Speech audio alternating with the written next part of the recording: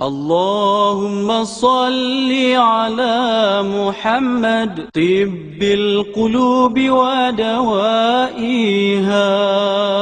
وعافية الأجساد وشفائها ونور الأبصار وجلائها وعلى آله وصحبه وبارك وسلم. نحمده ونصلي على رسوله الكريم. اللهم صل على سيدنا محمد وعلى آل سيدنا محمد وبارك وسلم.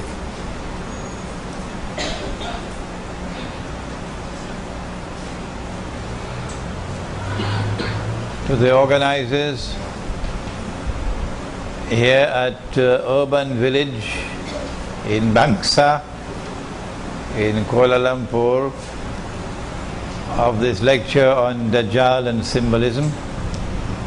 And brothers and sisters, sons and daughters, Assalamu alaikum wa rahmatullahi wa barakatuh. We are small in numbers tonight, but thanks to modern technology, inshallah we'll be able to reach much larger numbers in different parts of the world, inshallah. A lecture that is on a topic that is very important: Dajjal and symbolism. What is a symbol?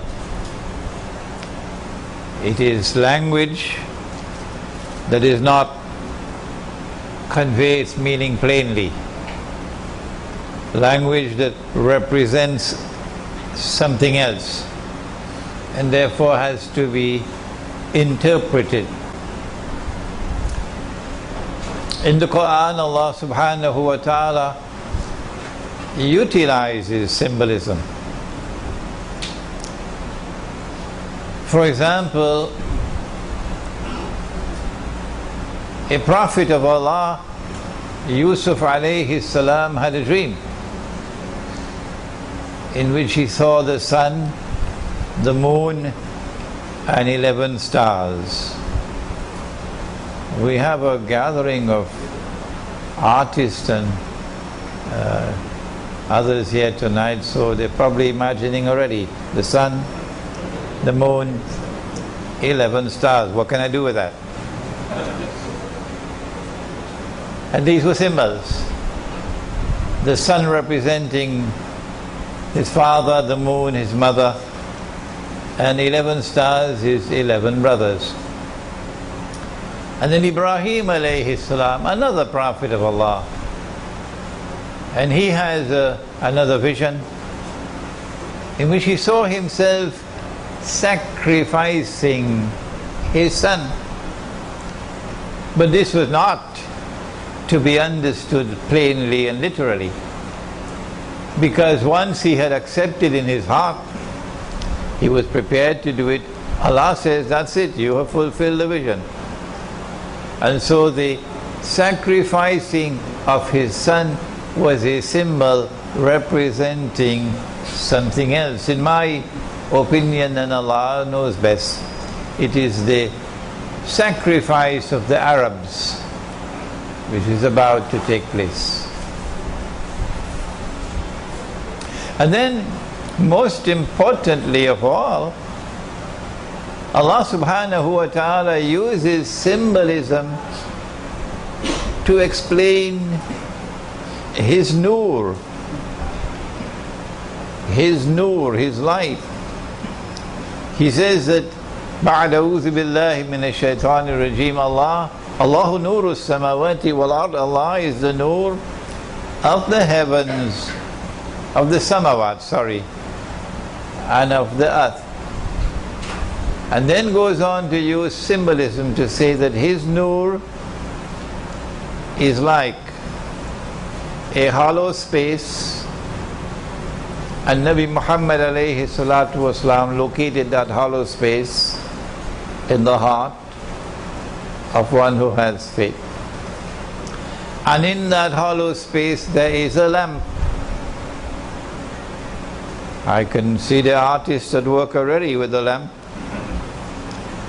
And the lamp is enclosed with a glass that is glittering like a shining star. And the lamp is fueled with the oil of the olive tree. Here is a remarkable instance of divine symbolism. But symbols have to be penetrated and understood. And sometimes you need more than the rational faculty.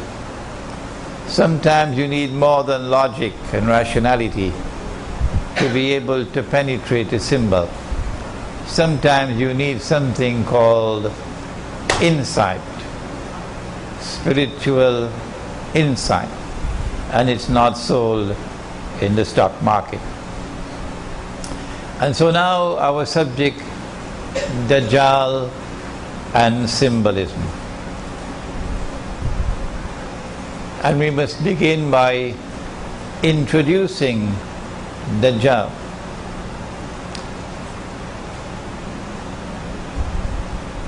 Nabi Muhammad alayhi salatu wasalam spoke about the historical process culminating with a period of time which would be known as Akhiru Zaman, or the last age. And that Akhiru Zaman will precede the end of the world. The end of the world will come at that time, of course, when there is the destruction and transformation of the entire material universe. The mountains are going to be like pieces of cotton wool, and the earth is going to pitch out of its bosom all the graves, all the bodies. There will be the resurrection and the judgment. That's the end of the world. But prior to that there is Akhiru Zaman. And in Akhiru Zaman, or the last stage, there are great tests and great trials. And these great tests and great trials are going to culminate with the return of the true Messiah, the son of Mary, Nabi Isa alayhi salam. I gave a lecture on this subject at Masjid al-Mujahideen just a few days ago. An Islamic view of the return of Nabi Isa alayhi salam. That return of Nabi Isa alayhi salam would witness the triumph of truth over all rivals. The truth which came with Ibrahim alayhi salam, which came with Abraham, which came with Musa alayhi salam, which came with Moses, which came with Isa alayhi salam, which came with Jesus, which came with Muhammad alayhi salatu wasalam. The same truth, no difference, one truth. That truth will triumph over all rivals, and that's how history will end. But before the true Messiah comes back, coming down from the Samawat with his hands resting on the wings of two angels, and that is not symbolism, no. Before that happens, there is a supreme test for those to whom the Messiah was sent in the first place. Nabi Isa alayhi salam was not sent to all of mankind, no. Nabi Muhammad alayhi salatu wasalam, Ya ayyuhan nas, Inni Rasulullahi ilaykum jami'a. O mankind, I am the messenger of Allah to all of you. To the American people, and to the Russians, and to the Chinese, and to the Malay, to the Arabs, all of mankind. But not Jesus, not Nabi Isa alayhi salam. He was sent to the Israelite people, Banu Israel, who are the seed of Ibrahim alayhi salam, through his son Ishaq alayhi salam, through his son Yaqub alayhi salam, whose name was changed to Israel. And so they're known as Banu Israel. When Allah sent the Messiah to them, He sent the Messiah in a manner which tested them. He was born of a virgin mother. And they failed the test when they declared of her that she had committed that monstrous sin of zina, and that this baby was a bastard child. Wa na'udhu billah min hadha. You know that very well.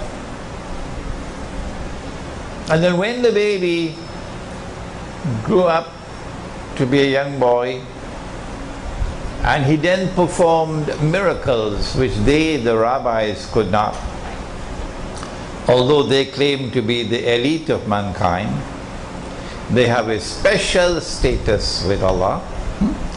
And yet this little boy would take mud and shape it in the form of birds, and then blow into them, and then by Allah's leave they become living birds and fly away. This put them to great embarrassment, because they said he's a bastard. His life is now in danger. So he had to be taken out of the Holy Land. And he spent all his life until he became an adult. And then as an adult he came back to the Holy Land and proclaimed himself, I am the Messiah. Every Israelite knows the subject of the Messiah. The Messiah is not only a prophet of Banu Israel, but he's more than that. He's a special prophet. He's a prophet who will bring back for the Israelites the golden age, when they rule the world, holy Israel, in the time of the Prophet Dawood alayhi salam and Sulaiman alayhi salam. Israel became the ruling state in the world. And subsequently, because they violated the covenant with Allah, Allah destroyed holy Israel, caused the masjid or temple to be destroyed, and had them expelled from the Holy Land. But then came the promise that Allah will send a prophet who, when he comes, will bring back that golden age, and he will rule the world from the throne of Nabi Dawood alayhi salam, therefore the holy state of Israel, therefore Jerusalem. So when Nabi Isa alayhi salam returned as an adult, he said, I am the Messiah. And their response was, this is blasphemy. Blasphemy. And they charged him in their court with blasphemy. And they ordered him to be executed. But they did not have control over the land, so they had to ask the Roman government. And they demanded execution by crucifixion. And then when they saw him die on the cross with their very eyes,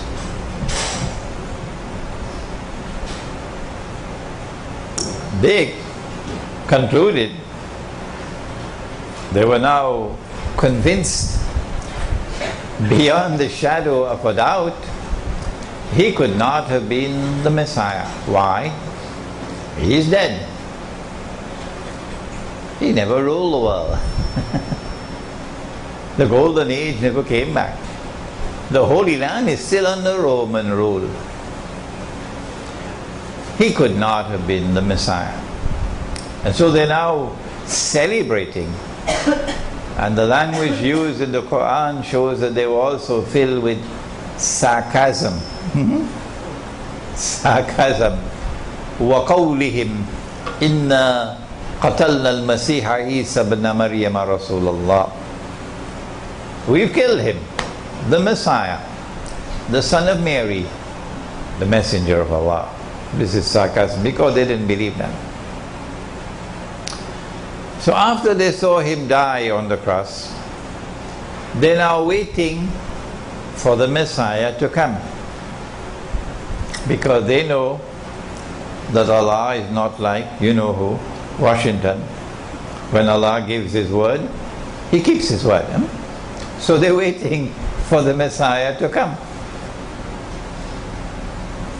They're still waiting. I lived in New York for 10 years. And I was meeting the Jews and the rabbis when I was in New York. So I know they're still waiting. What they did not know, and what no one knew until the Qur'an came down, was that no, they did not kill him. They did not succeed in killing him. They did not crucify him, meaning they did not succeed in crucifying him. Rather, وَلَكِنْ شُبِّهَ لَهُمْ, Allah made it appear that that was what happened. And some of you with a taste for it may want to delve into the Qur'an to find out what really happened. But what is important for us tonight is that Allah made it appear like that. And Allah then raised him into the samawat. Don't say heaven, samawat. The same samawat into which Nabi Muhammad alayhi salatu wasalam was taken in the Isra and Mi'raj. So he never experienced something called Wafatul Maut. What is Wafatul Maut? It is when Allah takes the soul and does not return it. That is Wafatul Maut. Can Allah take the soul and send it back? Yes. How do you think you are here tonight?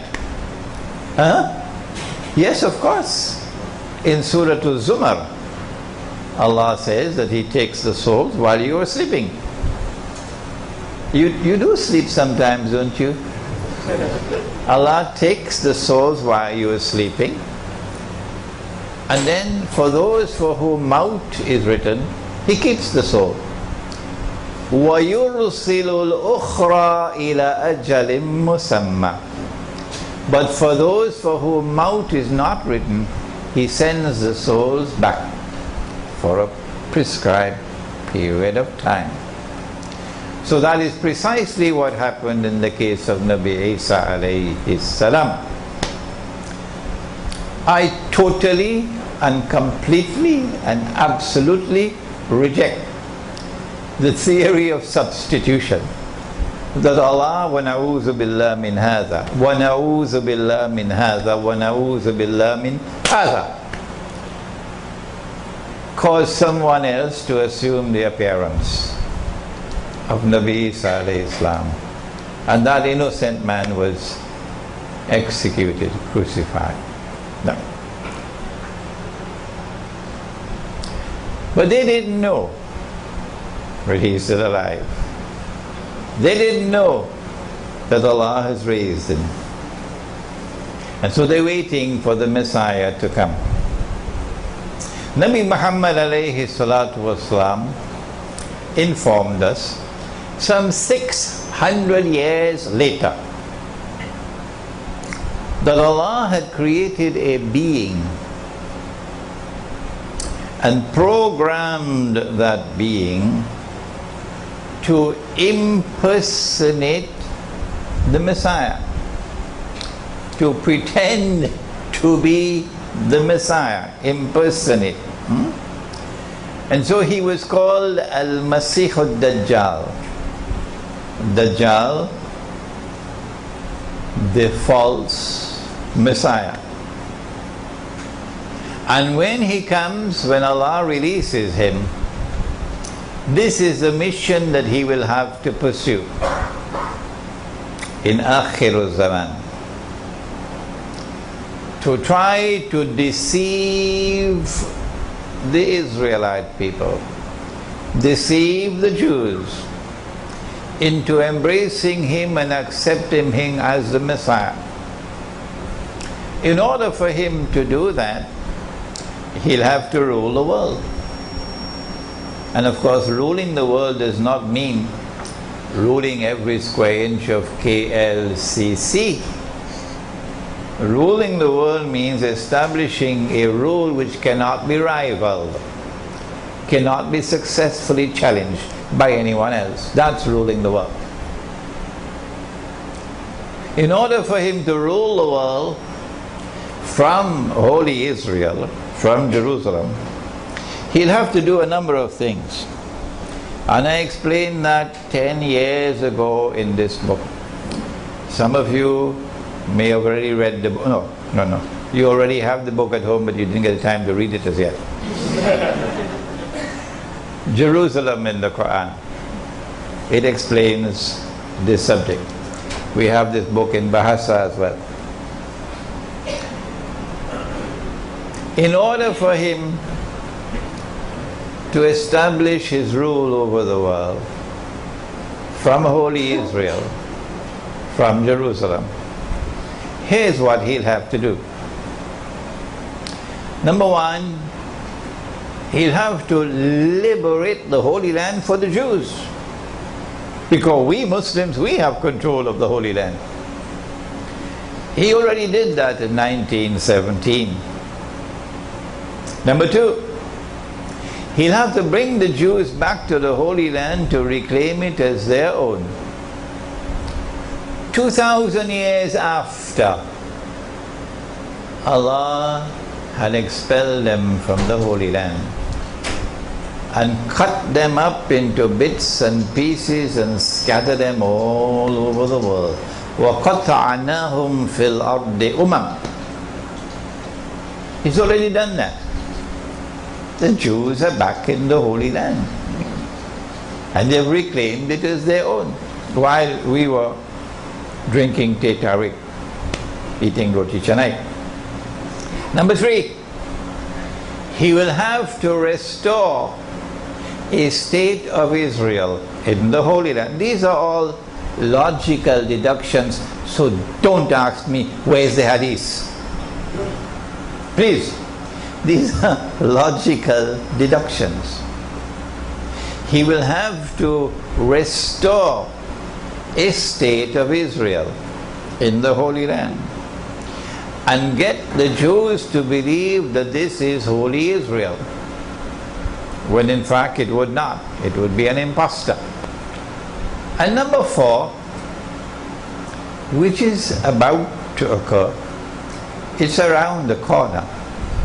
Number four, he will have to cause that that state of Israel to become the ruling state in the world, succeeding the United States and succeeding Britain, which had preceded the United States.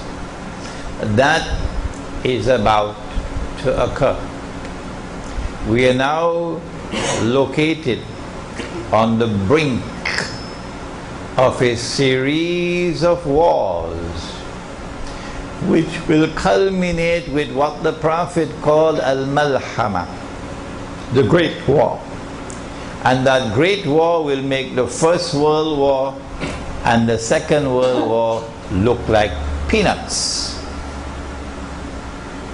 Because it's going to be nuclear war. And most of mankind are going to die. Only few will survive. That's the Malhama.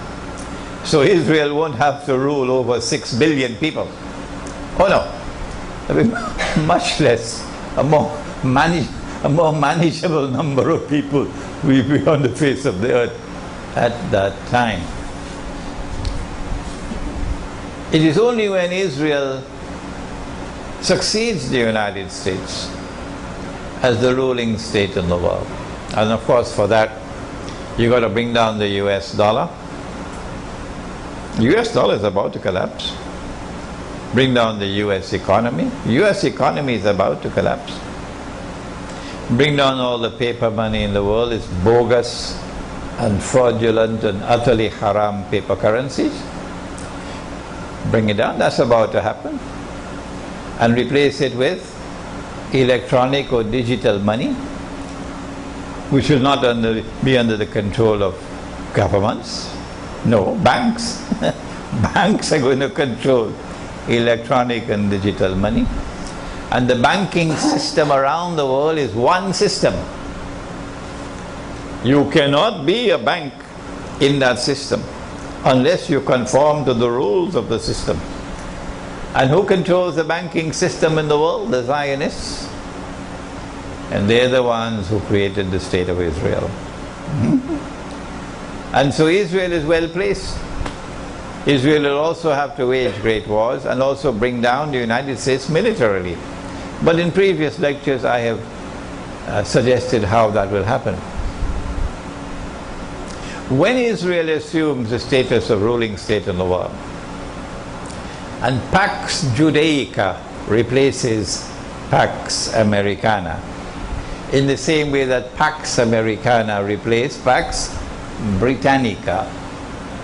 At that time, eventually a man will emerge in Jerusalem. He can come out of another place, but he will be in Jerusalem when he declares, I am the Messiah. He's ruling Jerusalem, ruling the world from Jerusalem. And Prophet Muhammad ﷺ described him to us.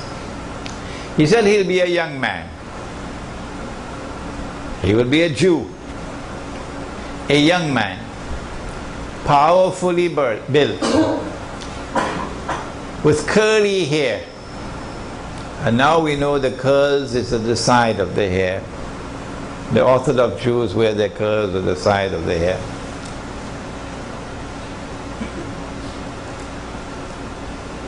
This man will declare, I am the Messiah.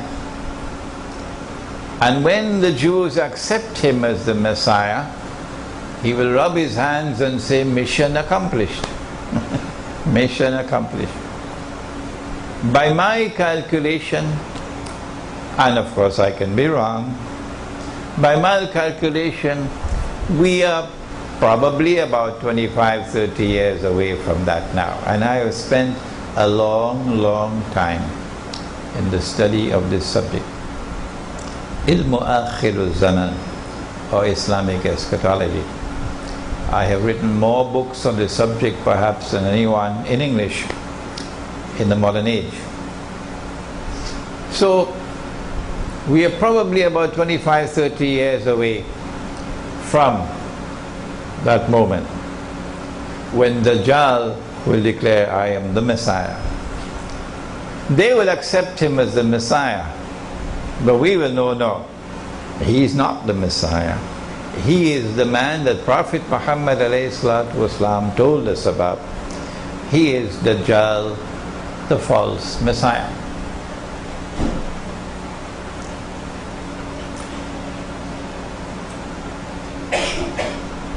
I now want to distinguish between two terms.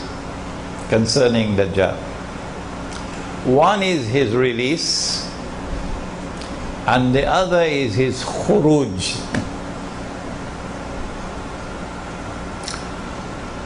Nabi Muhammad alayhi salatu wasalam is in Medina, and Tamim Uddari comes to him and tells him about an event which occurred. And the Prophet alayhi salatu wasalam then narrates that event. And so we have the story from the lips of the Prophet alayhi salatu wasalam. When I analyze it, I come to the conclusion, this is my opinion, and let me give a warning, do not ever accept my opinion unless you are convinced that it is correct. Show respect for your own rational faculty. Study the subject before you accept my opinion. My opinion is that this was not an actual event, but rather a vision. And I can explain to you in the question and answer session why I came to that conclusion. Tamim Uddari said that he and some of his companions were on board a ship. And a storm came and blew the ship for a whole month until they came to an island. When they got off the ship, came on shore on the island, they were confronted by a very hairy beast or creature. So much hair you could not tell which side was head and which side was tail. And the creature spoke and said, I am Jassasa, spy. In Surah Al-Hujurat, wala tajassasu, do not spy. So this is an island located about a month's journey by sea from the Arab world. This is an island which has expertise in spying and espionage. I don't think Singapore qualifies as yet, eh? Hold on. And then Jassasa said to them, there's someone waiting for you over there at that monastery which is lying in ruins. And so in this island, religion is going to crumble. It'll eventually be an island of atheists. So they hurried to the monastery, which was lying in ruins.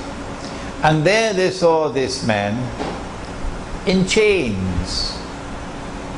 His hands were chained to his neck, and his feet were chained together. And the man asked them many questions, and then declared that I am Dajjal. And when I am released, I will enter every town and every city. I will enter every town and every city, but he didn't mention Kampung. No, he didn't mention Kampung.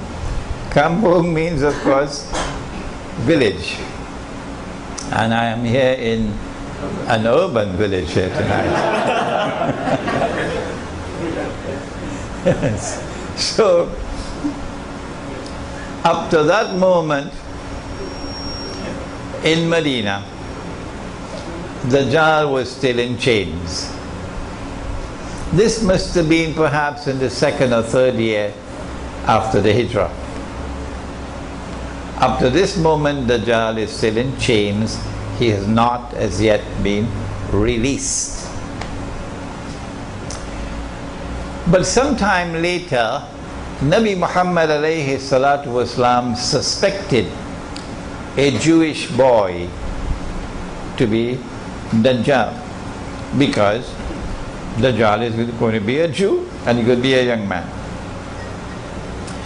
And the Prophet ﷺ went to question the boy. The boy was rather impertinent in his answers. And Umar radiallahu ta'ala anhu got angry. He said, "O Messenger of Allah, give me permission." I cut off his head. No, said the Prophet alayhi salatu wasalam. If he is Dajjal, you cannot kill him, implying, listen carefully, implying that the possibility exists that he can be Dajjal. Let me repeat that. If he is Dajjal, you cannot kill him, implying that the possibility exists that he can be Dajjal. But that possibility can only exist if Dajjal has been released. In consequence of which we know that we are given indirectly the information of the release of Dajjal in this event. And if he is not Dajjal, it would be sinful to kill him. And so we conclude that Dajjal was released in the lifetime of the Prophet sallallahu alaihi wasallam.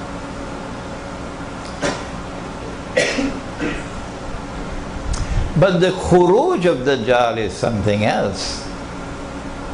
For that I must now turn to another hadith. And now we have symbolism.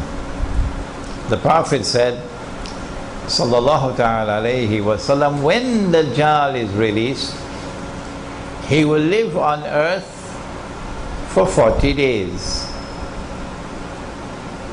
One day like a year, one day like a month, one day like a week, and all his days, meaning all the rest of his days, like your days.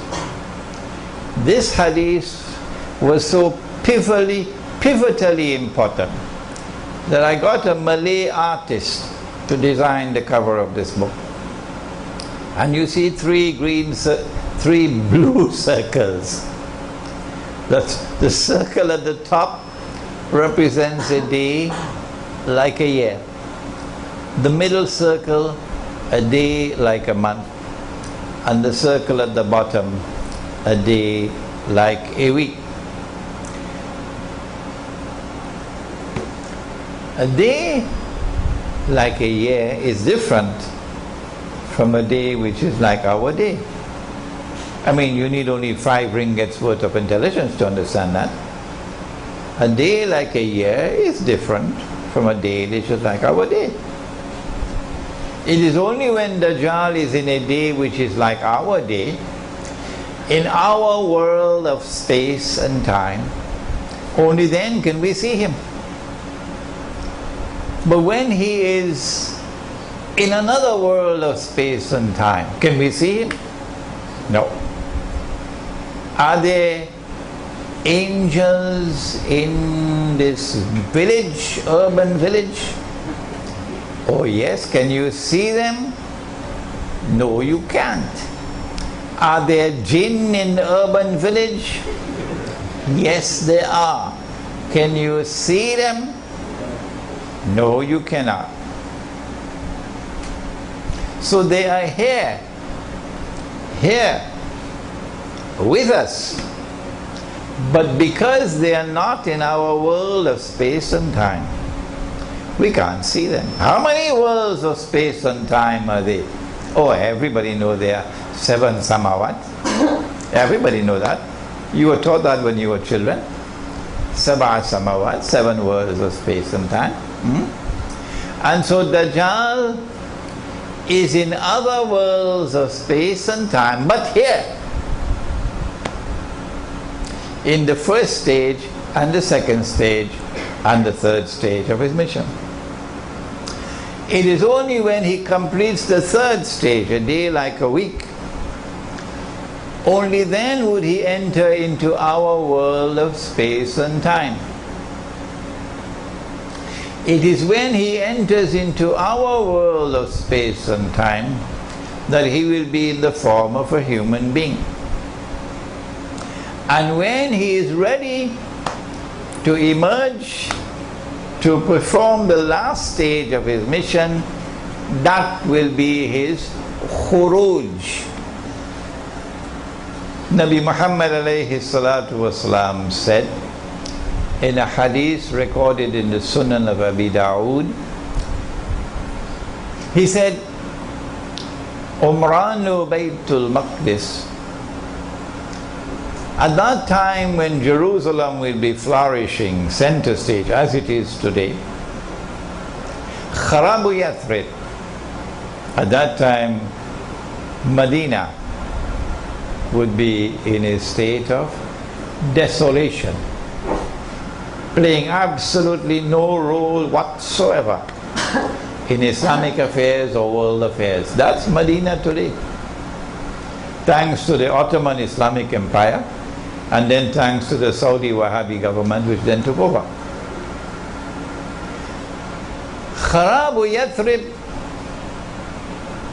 Khurujul Malhama. At that time, when Medina will be in a state of desolation, which is where we are today, at that time the Malhama will take place.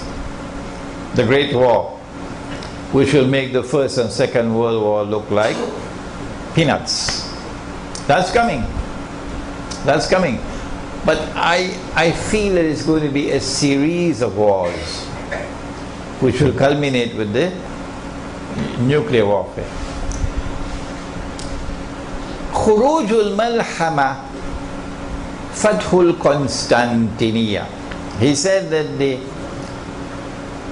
occurrence of the Malhama, at that time, when the Malhama occurs, at that time Constantinople would be conquered. They didn't want us to know this, so they changed the name from Constantinople to Istanbul. So we'll forget this hadith. The conquest of Constantinople is still to take place. And this lecture is going to be delivered at the International Islamic University in Gombak on July 4th, inshallah. Do please come to attend it. And then he went on to say, Fathul Constantiniya, Khurujud Dajjal. Only after Constantinople has been conquered, only then will Dajjal come out in person to complete his mission. Khuruj. So the release took place a long time ago, but the Khuruj is still to take place. It's coming, and it will not take place until Constantinople has been conquered. We now turn to, having introduced Dajjal, we now turn to symbolism and Dajjal.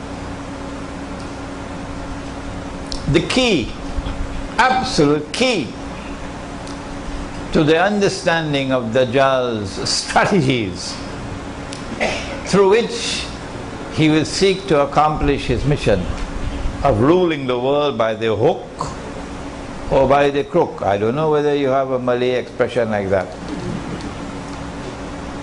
It's located here in this hadith.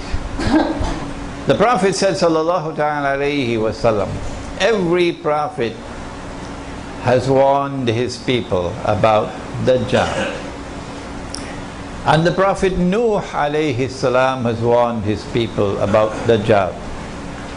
This hadith is in Sahih Bukhari. But I say to you something which no one has ever said before me. Dajjal sees with one eye, his left eye. The artist is already at work, eh? What can I do with that left eye, eh? Dajjal sees with his left eye. He is blind in the right eye. It looks like a bulging grape. But your Lord is not one-eyed. Between his eyes, on his forehead, is written the word kafir.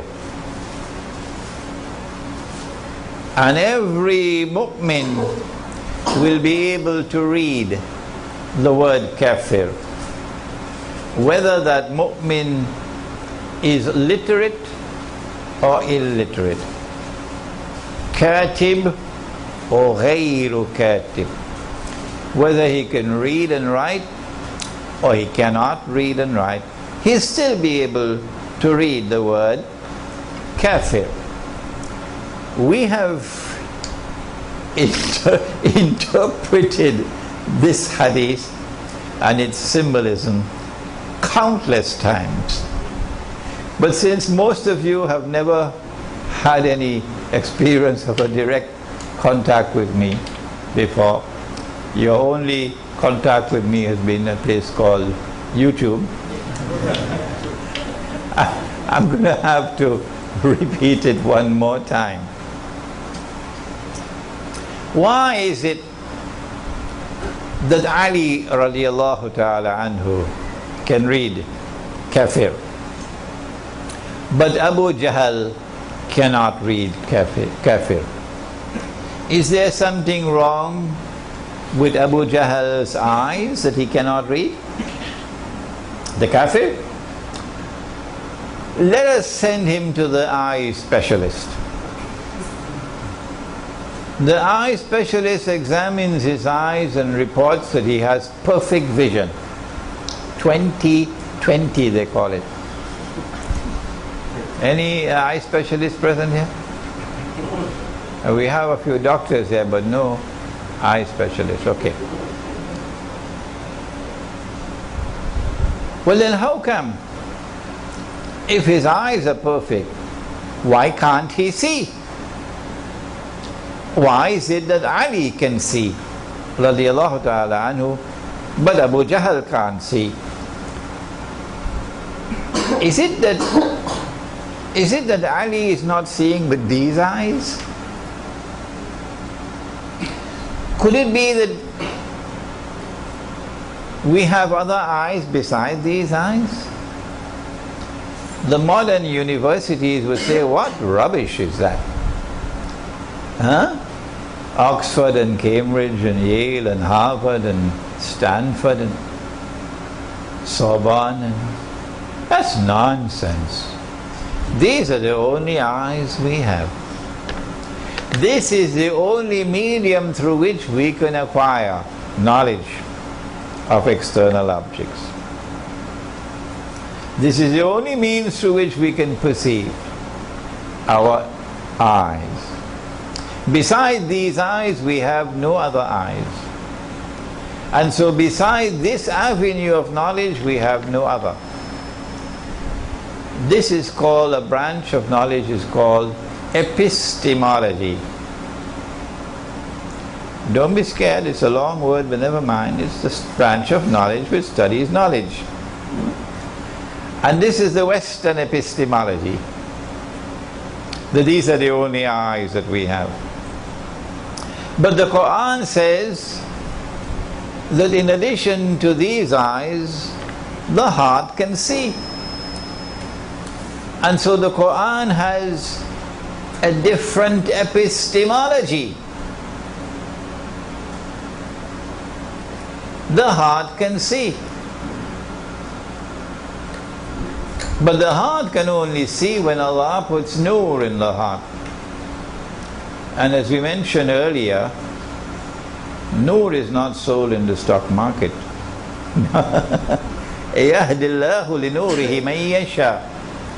Allah guides to His nur whomsoever Allah chooses. And so when Allah puts nur into the heart can see. And when there is no nur in the heart, listen to the language of the Qur'an. It is very harsh. Allah says, they have eyes and yet they don't see. They have ears and yet they don't hear. They have hearts and yet they don't understand. Ulaika kal an'am, they're just like cattle. That's harsh language. Bal hum adal. Rather, they're worse than cattle. They're more misguided than cattle. A people who have eyes and yet cannot see. And so now we can conclude, at least I conclude, you will have to make up your mind, that when Dajjal sees with his left eye, Dajjal is seeing with external sight. And when Dajjal is blind in the right eye, the blind right eye symbolizes internal blindness. This is my interpretation. You do not have to accept it. You must first be convinced that it is correct before you accept it. Let me warn you one more time.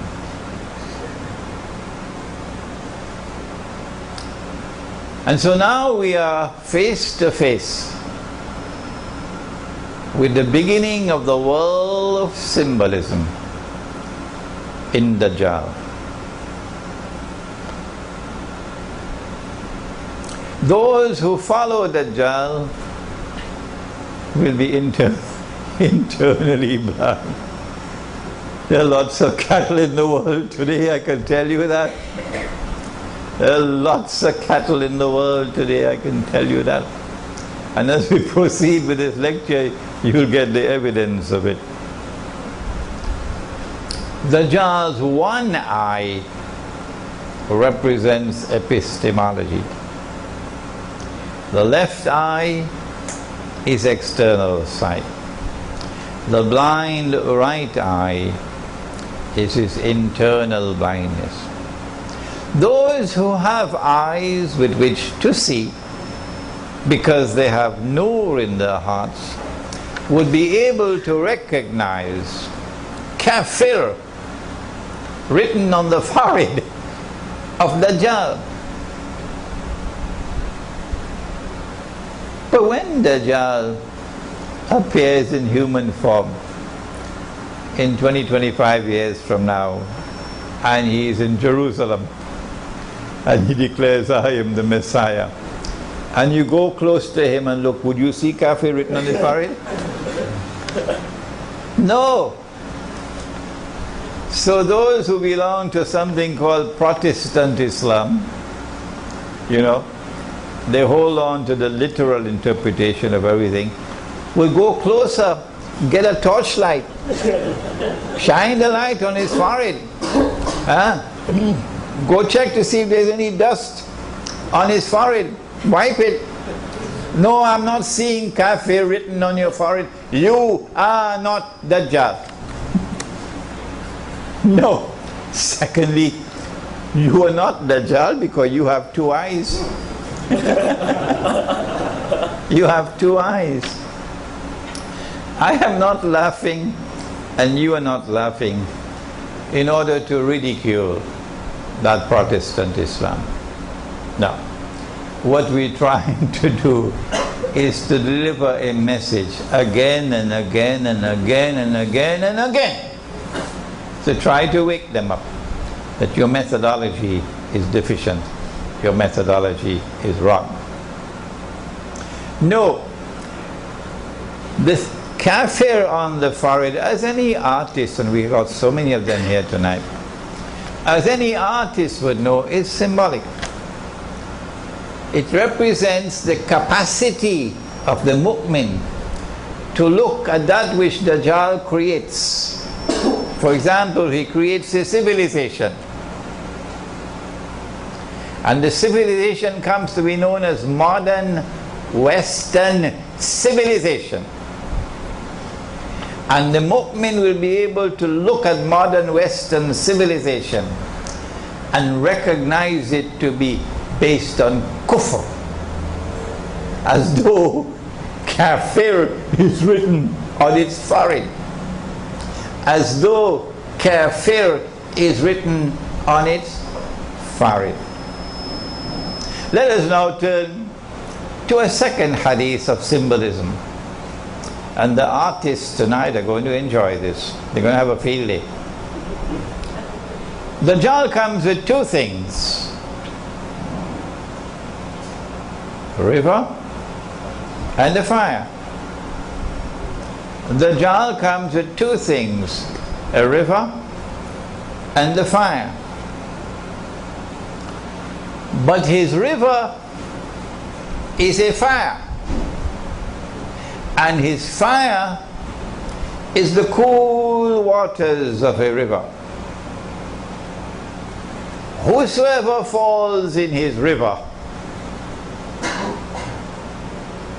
will have his load of sins increased, and whosoever falls in his fire would have his load of sins decreased. In other words, the river symbolizes Jannah, the fire symbolizes Jahannam. The river symbolizes the road to a life of plenty, to a life of ease, to a life of leisure, and the fire symbolizes a life of hardship, of suffering. So Dajjal takes the road to heaven, the road to joy and happiness and peace and pleasure, and he makes it look like the road to hell. That's not easy to do. You gotta have a PhD in deception to do that. Yeah, not easy. He takes the road to heaven and he makes it look like the road to hell. And he takes the road to hell and he makes it look like the road to heaven. And so everybody wants a US visa. There are some who will sell their mother to get a US visa, or a Canadian visa, or a visa for Sweden, or for Britain, or for Europe, or for Australia, or for New Zealand. That is the land of milk and honey. That is where I can get a job and make plenty money. Those are the lands of progress. Those are the lands of success. And all the cattle of the world ahead for what looks like heaven itself.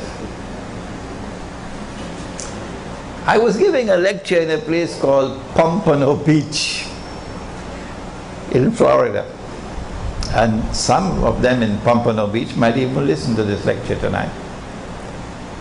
And in my lecture I was saying to them, and they're all Palestinians in Pompano Beach,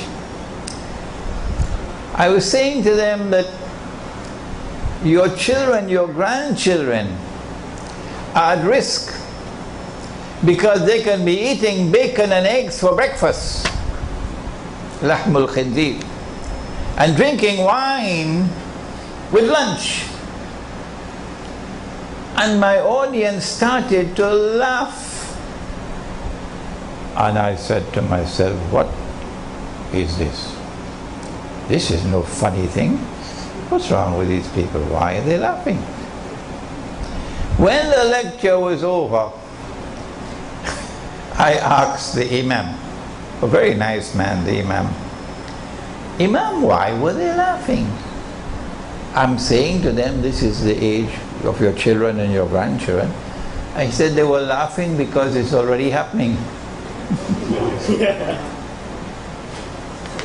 Yes. Dajjal's river is already a fire. And when they realize it, and they want to get out to save their children, to save their wives from this godlessness. My son is showing signs of wanting to be a homosexual. I can't tolerate that. Let me get out of this land. So then the father addresses his family and says, we are leaving. And the mother says, you can go. I'm staying. And the children said, you know, in America they say, Dad, you can go back to Palestine. We're staying here. That's it. You lost them. Dajjal has deceived you. What looked like his river was his fire. Now who wants to go back to Pakistan when you can live in downtown Long Island? You can live in Manhattan and enjoy a good life. Who wants to go back to Pakistan? Who wants to go back to Egypt?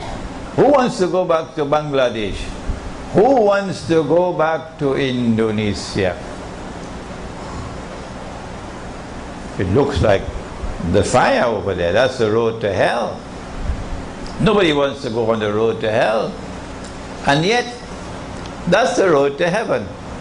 The reason why Somalia is where Somalia is today is because the Somali people love Islam.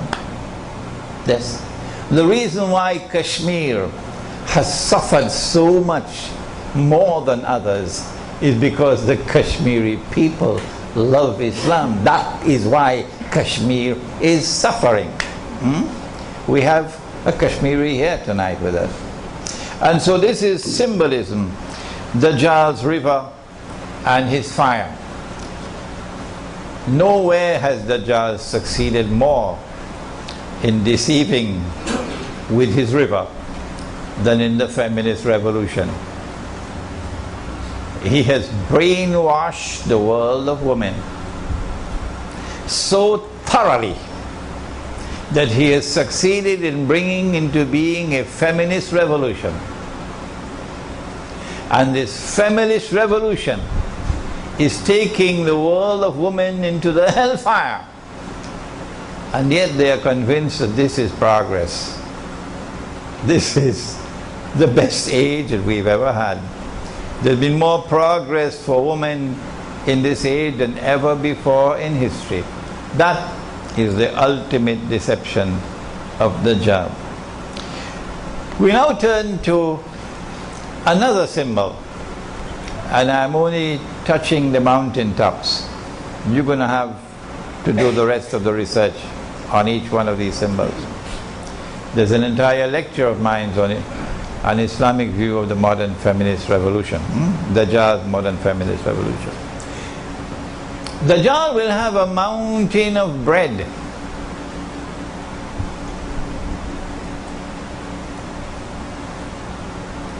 The artist is at work already out there.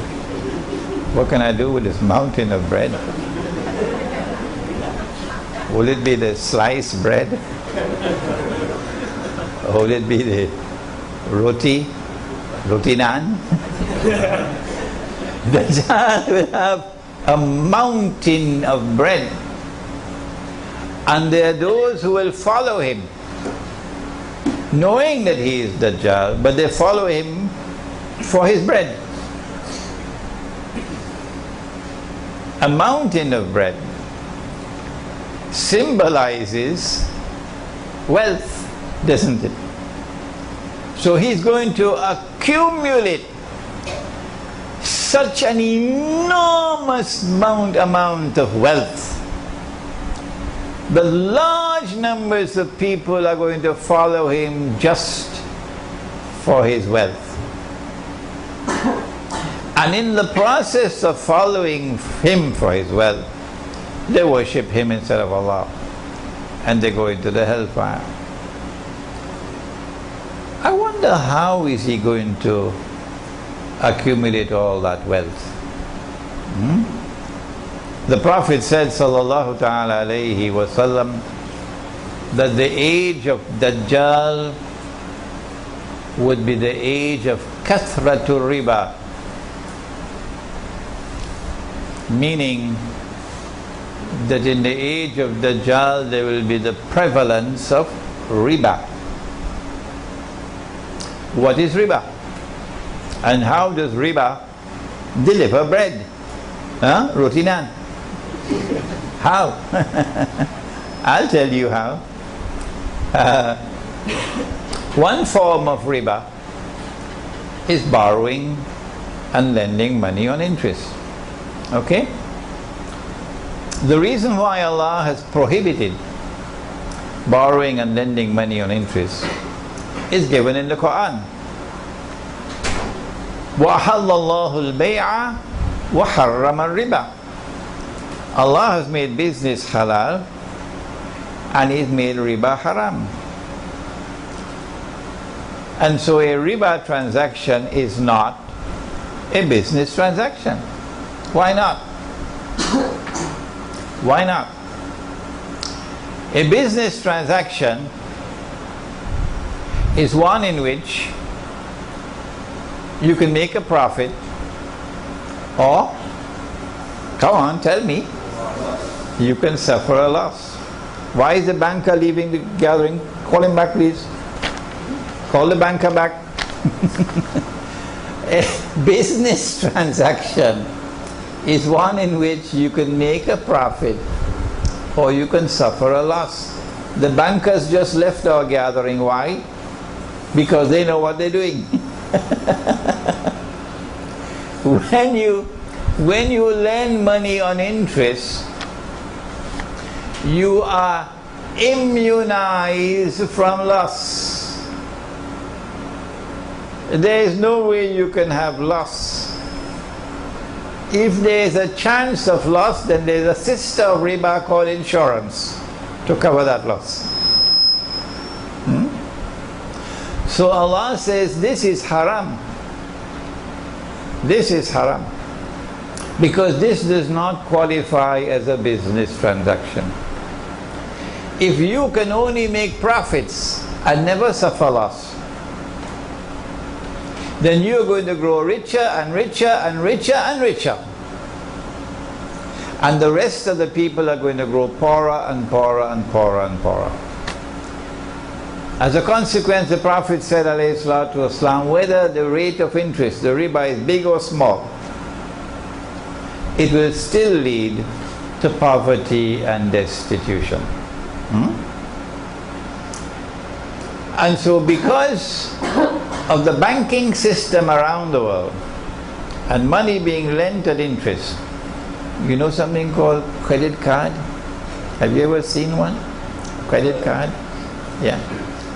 And it's a piece of plastic, and when you go with your wife to the shopping mall, guess what happens? And you see this and she sees that. I'm not singling out the wife, huh? I have my wife in the back there. So he wants to buy and she wants to buy, and the card just comes out and comes out and comes out, and then you're stuck with high rates of interest, and they're squeezing you for everything that you have. So Dajjal is able to do this not only with individuals, but with whole countries. A whole country will be bled to death. There's a book that I like to recommend to you to read by John Perkins, entitled Confessions of an Economic Hitman. Let me see your hands, all those who have read that book. Good, mashallah. Few of you have, but most of you have not. So take a note of it, and you see Dajjal at work in lending money and interest to enslave entire countries. And that's how he gets his mountain of bread, and it's constantly increasing. Greece has, is it 500 billion in debts? Huh? 500 billion in debts? And then Dajjal has another means, also riba. through which to get more bread. What he does is that he replaces real money, dinar and dirham. Here we are, dinar and dirham, which is in the Qur'an, which is in the Sunnah, which is money which has its value inside the money. He takes that out of the market. He uses the International Monetary Fund to make it haram to use gold as money. And if you make haram what Allah made halal, that is called shirk, or the Malay word is shirik. If you make haram what Allah has made halal, that is shirk. And that's what the IMF have done. Even Dr. Mahathir was not aware of it. And after Dajjal took the dinar and dirham out of the market, he then replaced it with bogus and fraudulent and utterly haram paper currencies. I have a book at the back entitled The Gold Dinar and Silver Dirham, Islam and the Future of Money. It is less than 60 pages long, so it should not be difficult to read it.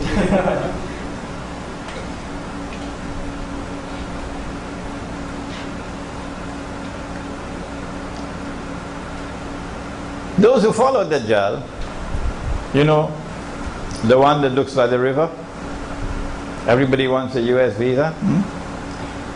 All that they have to do is to get a printing press and get paper and get ink, and they can print as much money as they want,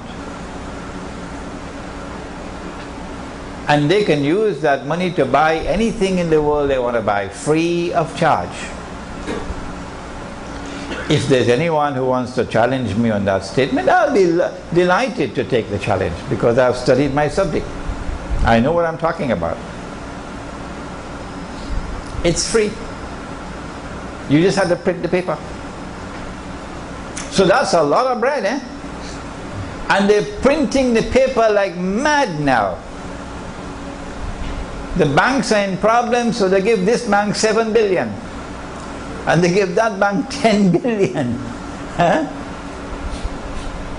But when we print paper, have you seen our paper so far? It's the ringgit and the Indonesian rupiah and the Bangladeshi taka and the Pakistani rupee and the Egyptian pound and the Turkish lira. When we print our paper, we have the same printing press, the same paper, the same ink, because we buy it from them, you know. But when we print our paper, and sometimes we don't have to print it ourselves, we pay them to print it for us. Authentic stuff, eh? And they print it for us and they send it to us. But when we take this paper to Manhattan, we cannot buy even a cup of coffee with it. Huh? Not even kopio. It makes us look like a bunch of donkeys. The Dajjal has given us a monetary system which is unjust and is ripping us off, and so his mountain of bread is constantly increasing. Who is to be blamed for this? Answer: the one-eyed people who have eyes and yet cannot see. Amongst them, who have the greatest blame of all? Answer: the scholars of Islam. The scholars of Islam have failed miserably, colossally. And that is why we are in the mess in which we are now. And because I speak these words, there are so many masajid, they don't want Imran Hosein.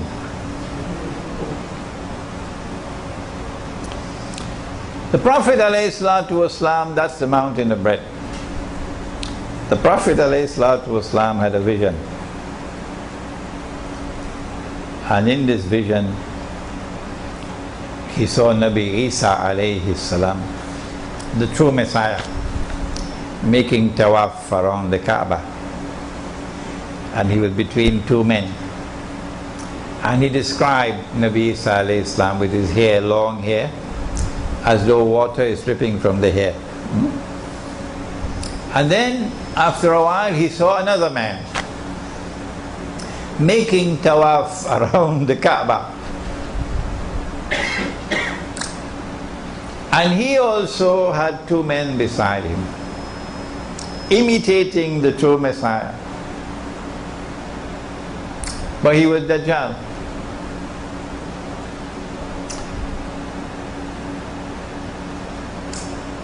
You got to put on your thinking cap now. What does a vision of Dajjal making tawaf around the Kaaba, what does it symbolize? Answer: 1400 years ago we knew that Makkah and Medina, the Haramain and the Hajj, will one day be under Dajjal's control. And that's where they are today. The Saudi Wahhabi rule over the Haramain and the Hajj today is on behalf of Dajjal. Saudi Arabia is now one of Israel's most strategic allies. And so we have important symbolism with which to help us explain our contemporary predicament. The Prophet said, sallallahu ta'ala alayhi wa sallam, that the earth would deliver its treasures to Dajjal.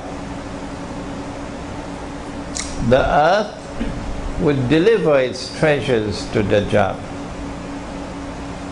About 130 years ago perhaps, a child was playing in southern Africa and stumbled across a stone. The child picked it up. It looked pretty. Took it to the home and gave it to his father. The father looked at the stone and said, "This looks interesting." So he took it to the commissioner, South African commissioner of that area. The South African commissioner took the stone, sent it to Johannesburg. And in Johannesburg they declared that this is the biggest diamond that has ever been discovered. As soon as that news reached the world, the rush began. The rush began. And the people descended upon that southern part of southern Africa from all over. But the Zionists were up front with their money. And then began the search for diamonds. But the diamonds are not located on the surface of the earth. That stone was meant to tell you the diamonds are there. But to go down to the bottom of the earth and locate what is known as the diamond vein, like the veins in your body, you need a certain technology. And only Dajjal had that. Modern Western civilization. They're the only ones that had it. And so they used their technology, using black African labor. And when they paid the black African laborers to dig, they didn't pay in gold and silver, they paid in paper. Until they located the diamond veins. The one with the biggest of all was in a place called, does anyone know? Kimberley is correct. The Kimberley diamonds. You will know when you get married and your wife wants a diamond ring. The Kimberley diamonds. My wife and I went to Kimberley ourselves, and we went to that big hole. It is so big you could put about 5 jumbo jets inside of that hole. That's how big it is. And at the side of the hole there were wheelbarrows, 5 wheelbarrows. And these wheelbarrows were filled with plastic nuggets to indicate to us the quantity of diamonds that came out. Those diamonds, thanks to a man named John Cecil Rhodes, who was backed by money from the Rothschilds in Europe, those diamonds made their way very safely to the Zionists in Europe. And they then sold them, cut them, polished them, sold them, and made a huge fortune, a mountain of bread. And it was that with that money that they were able to finance both sides of the First World War. And the First World War gave them the Holy Land. But there is a hadith, it's not only diamond, it's also gold. Wherever in the world gold was discovered, they're there to take control of that gold. But there's something else that came out of the earth, more important than diamonds, more important than gold. The Prophet said, sallallahu ta'ala alayhi wa sallam, that the river Euphrates is in Iraq, isn't it? The river Euphrates will uncover a mountain of gold. That's symbolism. A mountain of gold. And people will fight over it. And 99 out of every 100 will be killed. And everyone will be saying, I will be one who will be saved. Indicating that this will not be conventional warfare. Because conventional warfare does not kill 99 out of every 100. This has to be warfare involving weapons of mass destruction. And this will be a war in which no one will be certain that they would win. No one. Because nobody knows who's going to be the one to survive. But he said that the believers must not touch that gold. The believers must not touch that gold. My understanding is that this is symbolism. And no mountain of gold is going to come out of the river. But rather that the mountain of gold has already come from underneath the river. Meaning that entire basin in which the mouth of the river Euphrates is located. The Persian Gulf, the Arabs say the Arab Gulf. And it is oil. It is oil. It is sometimes called black gold. And the reason why the Prophet ﷺ referred to that oil as gold, as a mountain of gold, because it's going to be a huge quantity of oil. But the reason why he referred to it as gold is because gold's primary function is that of money. And the oil is symbolized with gold because the oil is going to function as money. While we were eating roti canai and drinking teh tarik, Henry Kissinger was at work. They knew that the war of 1973 was coming. They knew.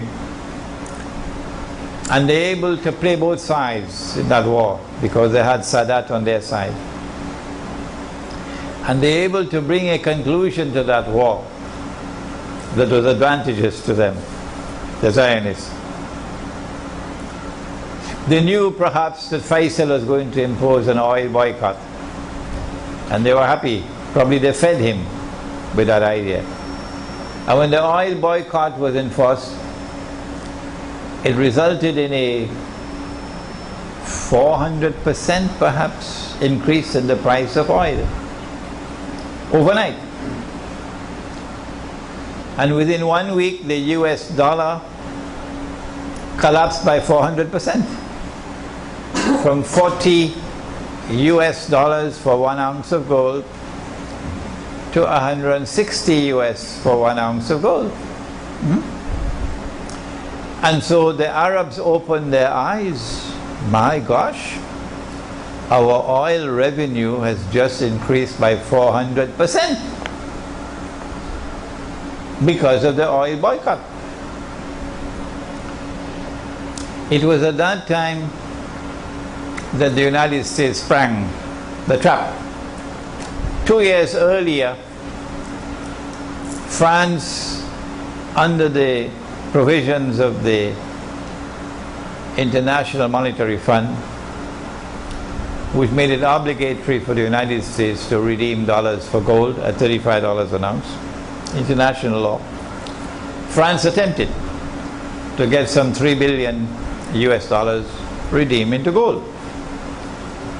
And Nixon then tore up the agreement and said, no, we're not going to do it. We gave our word, we don't have to keep our word. We gave our word, but we don't have to keep our word. We gave our word, but we don't have to keep our word. And so the United States dollar is no longer pegged to gold at $35 an ounce. If it remains like this, any good knock and the whole thing will collapse. They need something to replace. What could it be? It was at this time when the oil boycott had caused the price of oil to triple and quadruple that Henry Kissinger made his trip to Riyadh and convinced Faisal, rahimahullah, convinced Faisal that you can make much more money with oil.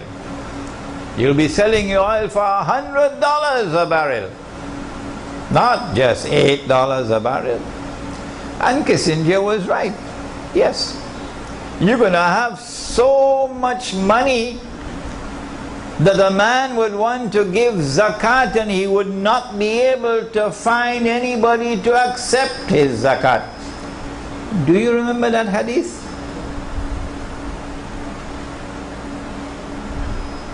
All that you have to do, King Faisal, all that you have to do is to sell your oil for US dollars. That's all. Sell your oil for US dollars, that's all. And get all the other Arab oil producing countries to do the same. And then get OPEC to adopt this position. And it succeeded. The Arabs now got a windfall with dollars flowing into their pockets, huge amounts of money. And when Israel wages her wars that are coming up, the amount of money flowing to the Arab oil producers is going to climb even more and more and more. Kissinger was correct. But in the process, the US dollar is now guaranteed. It cannot fail because it is backed by oil. Since oil is the largest commodity traded in the world market, every single oil importing country in the world has to make sure that you have a large amount of reserves in US dollars to be able to buy the oil. And then from oil, from the US dollar as the only currency with which you could buy oil, the US dollar then became the trading currency. You want to send money from Malaysia to Pakistan, you cannot send it in ringgits. No, tak boleh. Oh, why can't I send money from Pakistan, from Malaysia to Pakistan in ringgits? What's wrong? Is the banking system so stupid? Does the banking system not have intelligent people that they can handle a transaction from ringgits to rupiah? No, you can't do that, Tabule. You have to send the money in US dollars or something called hard currency. That's what the banking system is there for. And so, to conclude, the hadith, the prophecy in the hadith was fulfilled in 1973 when the US dollar became known as the, help me somebody, petrodollar is correct. The petrodollar for oil is now functioning as gold. Here is a remarkable example of symbolism in the hadith connected with Dajjal, which has to be interpreted. There are more. Dajjal is going to come riding on a donkey.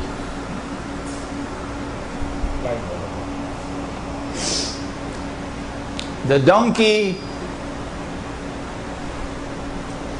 will travel as fast as the clouds.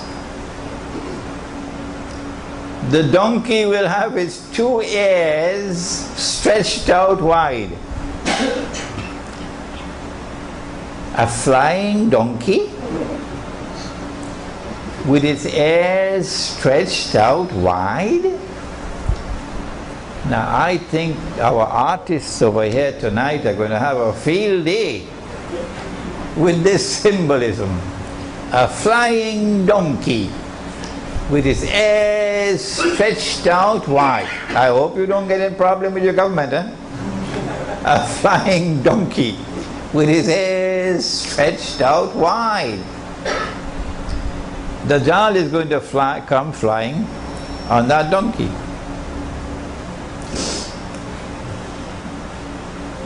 I have interpreted that donkey to be already here. Yes. Whenever I come to Malaysia, I have to travel on that donkey. Yeah. I have to travel on that donkey every time I come to Malaysia. You can't get a ship anymore. No, they stopped them. They're only cruise liners now, and you have to spend thousands of dollars. Only the rich travel by ship now. The rest of us, we have to use the flying donkey. And so, Dajjal controls the sky. Because the flying donkey is not just the passenger aircraft. The flying donkey is also the fighter aircraft. The flying donkey is also cruise missiles and so on. And so Dajjal controls the sky. When war takes place, he quickly takes control of the sky. And once he controls the sky, it's only a matter of time. You can continue to wage guerrilla warfare as they're doing in Afghanistan, but you cannot knock out Dajjal once he controls the sky. Dajjal is going to jump between the samawat and the earth, the skies and the earth, jumping up and down. You've got to be a very tall man to do that. If you're going to jump and your head is going to be in the sky, and then jump back down and your feet on earth, I mean, you've got to be miles high as a human being to achieve that, huh? Well, then what does it mean? Dajjal is going to be jumping between the heavens and the earth. Answer, this is symbolism. Dajjal will have the technology with which to be able to go up and come down. And you have that now in the shuttle, which goes up to the spy stations up there, the military stations up there, up and down, up and down. Dajjal will step into an ocean and the water would reach up to his knee. You designed a picture already? Dajjal is going to step in the ocean. I think after tonight's lecture, you've got a lot of work to do here in Urban Village. Dajjal is going to step into the ocean and the water will reach him to his knee. Protestant Islam, of course, is going to wait for a man who is tall enough, so when he steps into the water, you will see the water reaching him up to his knee in the ocean. But you and I know that this is symbolism. It represents the technology with which Dajjal is able to go down to the bottom of the ocean and pick up, for example, pieces of an aircraft that crashed and reconstruct that aircraft, maybe 95%. They've done it already. Dajjal is going to cut a man in half and then bring him back to life. So tomorrow when Dajjal is in Jerusalem and he declares, I am the Messiah, Protestant Islam is going to tell him, come on, cut a man in half and bring him back to life. Let's see if you're Dajjal. We say, no, this is symbolism. Dajjal is already doing that.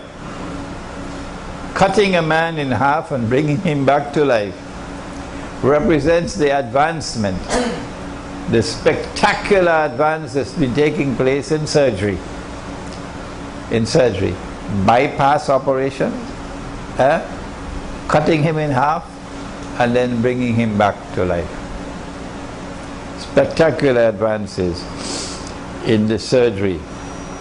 At the end of the day,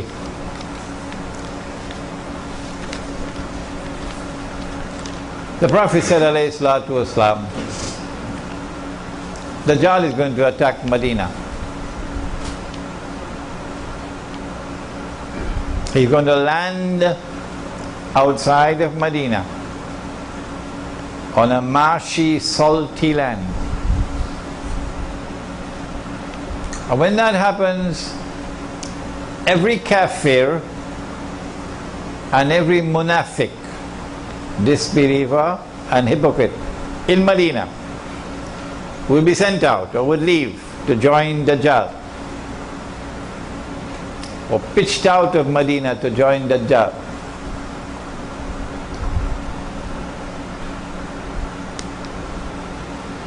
But Dajjal will not be able to attack Medina because the angels are going to guard Medina. On that day when the Israeli army lands outside of Medina, Israeli Air Force and armed forces, and they're there camped outside of Medina, the attention of the whole world is going to focus on Medina on that day. Medina will be the center of the world on that day. And then the world will witness what Nabi Muhammad alayhi salatu wasalam said 1400 years ago. The angels are going to divert his attack from Medina to Damascus. And so the world will see the Israeli attack diverted to Damascus. And on that day, Medina will be once again in center stage in the world in Akhir Zaman. We have a little booklet at the back there, only 30 pages long or 35 pages long. Medina returns to center stage in Akhir Zaman. We have it in English, we have it in Bahasa. Please read it. When that attack is diverted to Damascus, Imam al-Mahdi would be there in Damascus already. He would be in the masjid. It would be the time of Salat. The masjid will have gates around it, barricading it, indicating a state of great insecurity, anarchy, great violence. So the masjid is barricaded. And as the people are about to perform the salat, perhaps Salatul Fajr,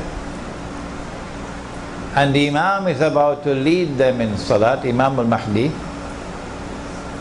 alayhi salam, at that moment Dajjal will be outside, waiting.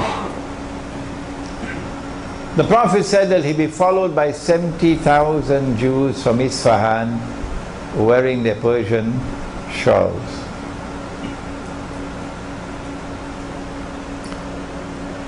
It is at that moment, and not before, that Nabi Isa alayhi salam would return.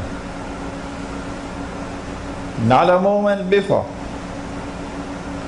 The attack on Medina has to take place. Israeli forces have to be outside of Medina. The angels have to divert the attack to Damascus. We have all of this detailed information. What are we doing with it?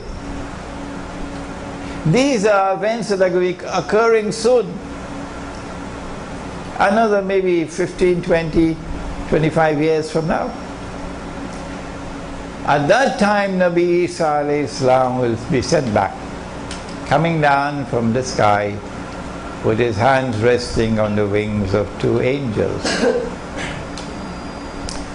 As he comes down in the masjid, the Imam will see him, and the Imam will recognize him, and the Imam will say, "This is Nabi Isa alayhi salam."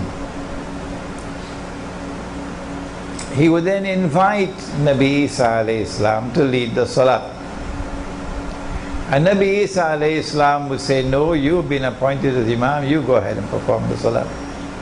And he, Nabi Isa alayhi salam, will join in the saf and perform salat the way we perform salat as taught by Nabi Muhammad alayhi salatu wasalam.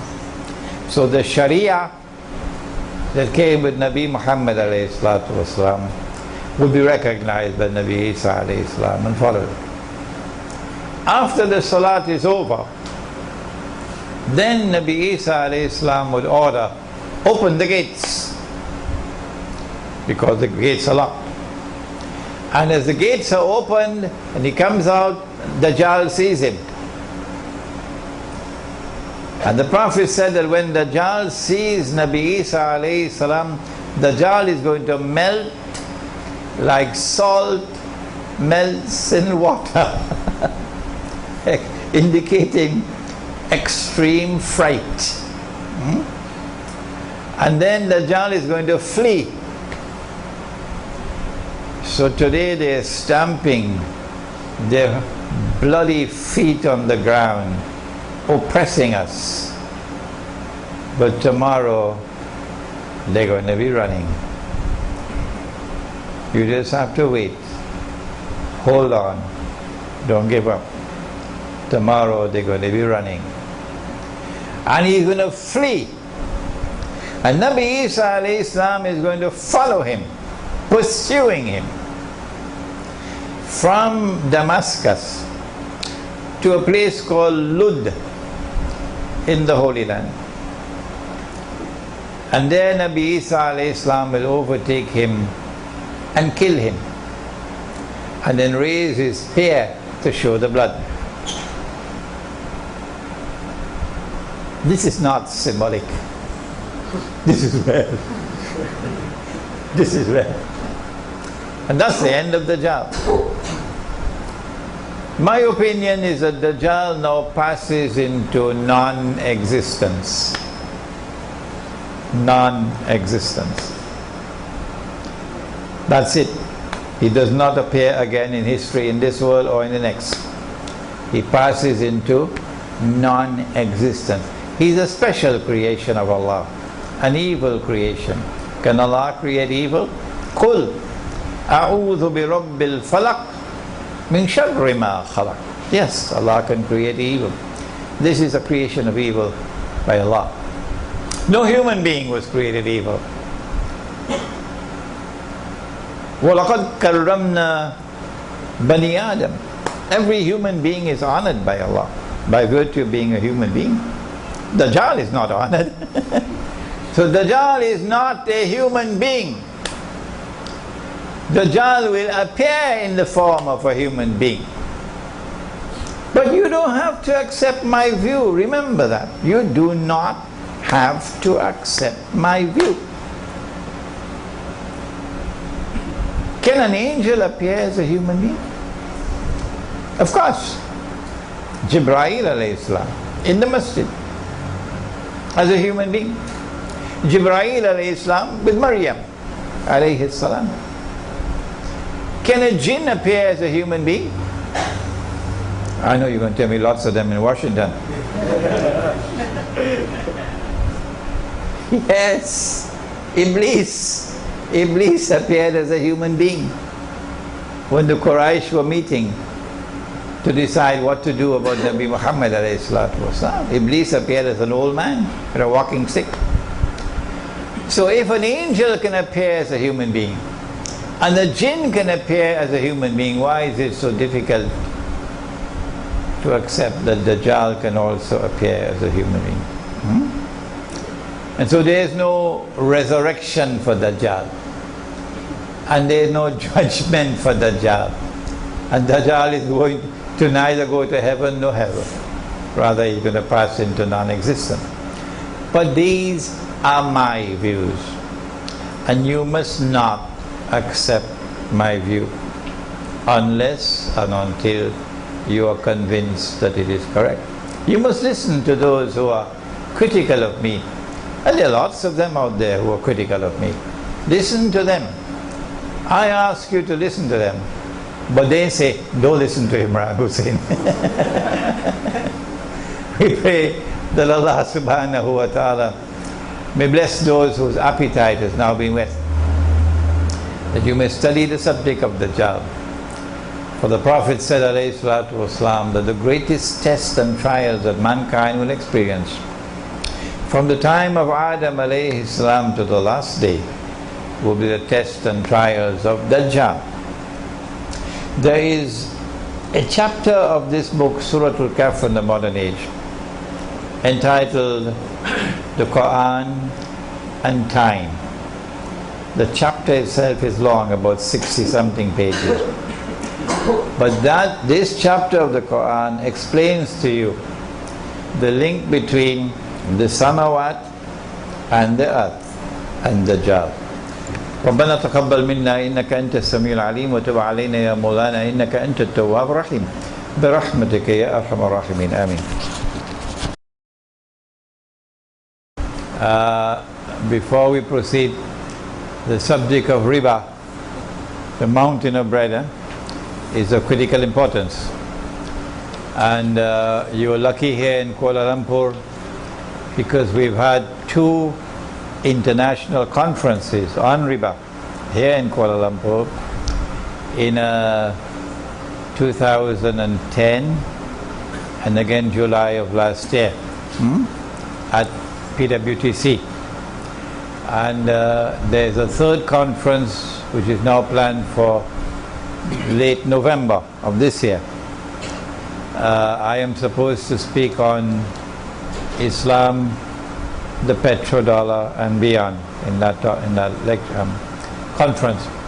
There are flyers at the back for those of you who are interested in attending that conference. Okay? Any more questions? You have stressed the importance of walking on the path of Khidr alayhi salam, and hence of Islamic spirituality, to penetrate the subject of Dajjal. Correct. In Surah Al-Kahf, verse number 63, Allah subhanahu wa ta'ala has reminded us of the effort of shaitan to cause us to be deviated from that path. Can you elucidate how can we protect ourselves from being deviated by shaitan And how can we differentiate between the irradiation of the light of inspiration from Allah and inspiration from shaitan? It is sometimes difficult. Sometimes difficult. It's not just shaitan, it is also Dajjal, both of them. How can we explain?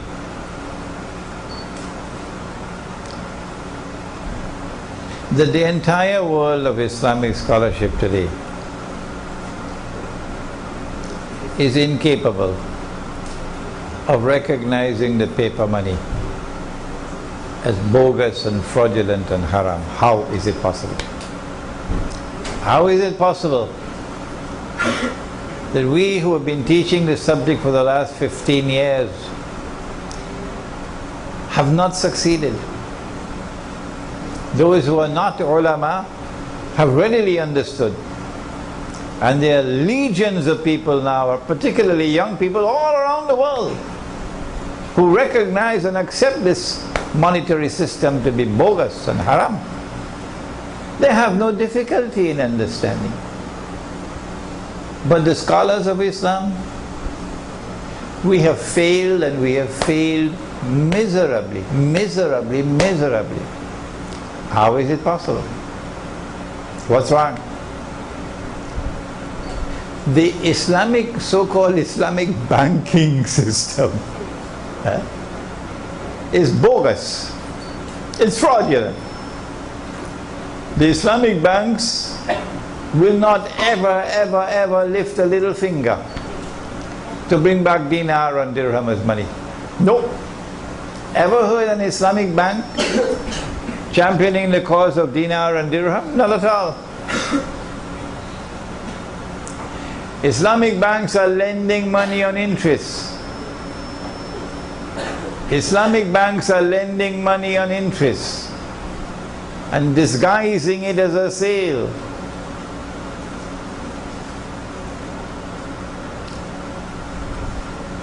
They call that Islamic banking. How come there are legions of Islamic scholars who support Islamic banking? How come? What is it? What's wrong? The Khilafah is a political philosophy and political system which came with Nabi Dawood alayhi salam, Nabi Sulaiman alayhi salam, who established the holy state of Israel. That Khilafah was restored by Nabi Muhammad alayhi salatu wasalam. That Khilafah state recognized Allah as Al-Malik.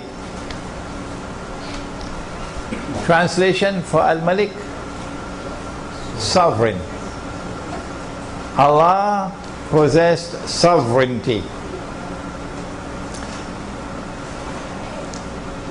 That Khilafah state recognized Allah as Al-Akbar, whose authority is supreme.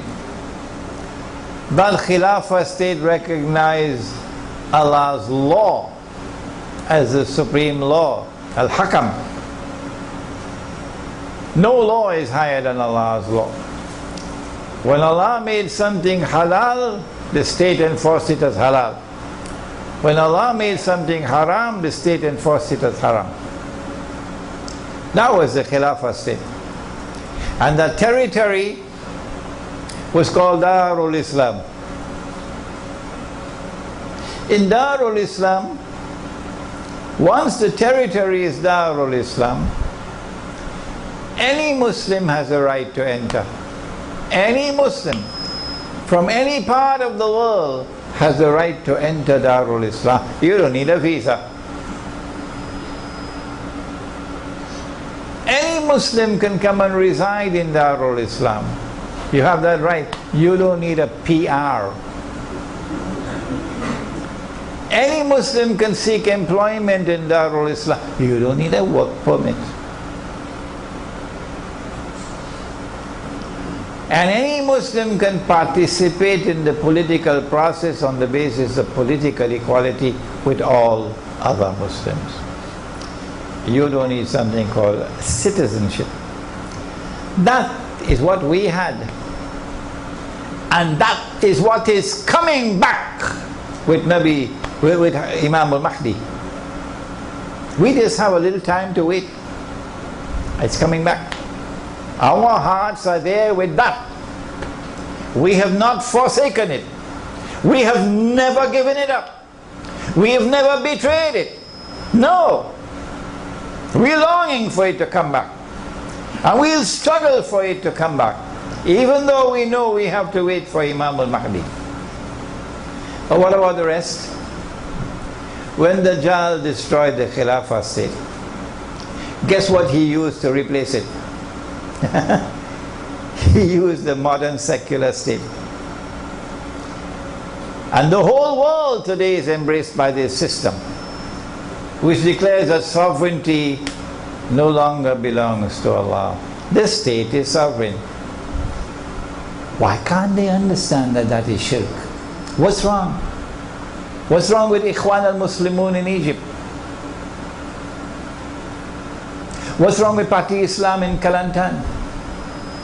What's wrong with Jamaat Islami in Pakistan? What's wrong with Al-Nahda in Tunisia? What's wrong with the Justice and Development Party in Turkey? What's wrong with the world of Islamic scholarship? Why can they not understand that this is shirk? Allah is no longer Al-Akbar. His authority is no longer supreme. No. The Charter of the United Nations Organization says that the authority of the Security Council of the United Nations is supreme in the world in all matters pertaining to international peace and security. Allah is no longer Al-Akbar. That's shirk. The modern secular state says Allah's law is not the supreme law anymore. The supreme law is the law of the state. Allah can make it halal, we can make it haram. And we've done so. Allah can make it haram, we can make it halal, and we've done so. And that is shirk. And yet,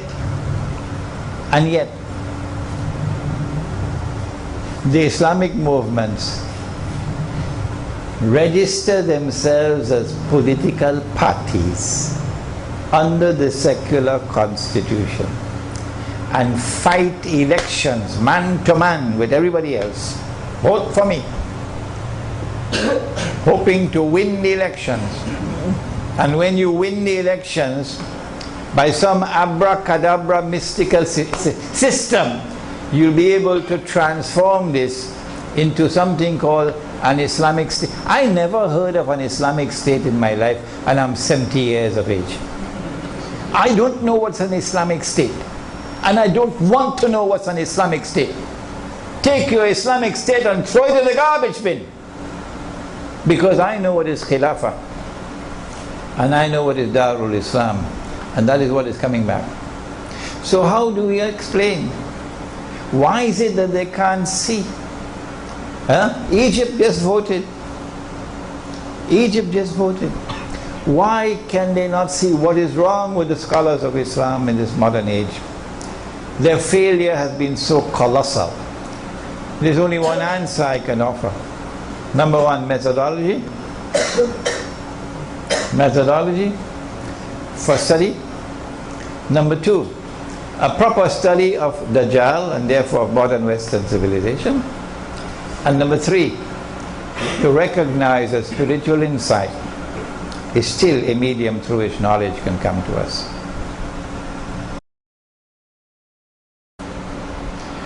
Are you saying that we are not allowed to go to a hospital? No, I'm not saying that. I go to the hospital. But I'm saying to you, be careful. You know, he had a heart attack, and they rushed him by ambulance to the hospital. And when they examined him, they decided they had to operate right away. Bypass. And they did triple bypass. And as a consequence of that operation, he's alive today. If we had not taken him to that hospital, and if he had not had the benefit of that operation, he would have been dead. That is the rubbish. That is the nonsense that you must care about. Because when you reach there, you're worshipping Dajjal. Be careful. Because life and death is no longer in Allah's hands now. Life and death is now in the hands of the hospital and the doctor and the life support machine. Don't turn it off.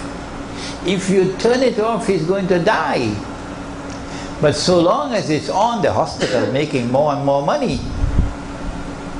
what to do? If I turn it off, he's going to die. Did you hear that? If I turn it off, he's going to die. So life and death is now in that machine. Life and death is no longer with Allah. It is this stupidness. It is this stupidness that you have to be guarding against. I don't say don't go to the hospital, no. But do not in the process commit the shirk of believing that life and death is in the hands of a doctor, or life and death in the hands of some medicine, life and death in the hands of some hospital or some operation. Life and death are in Allah's hands.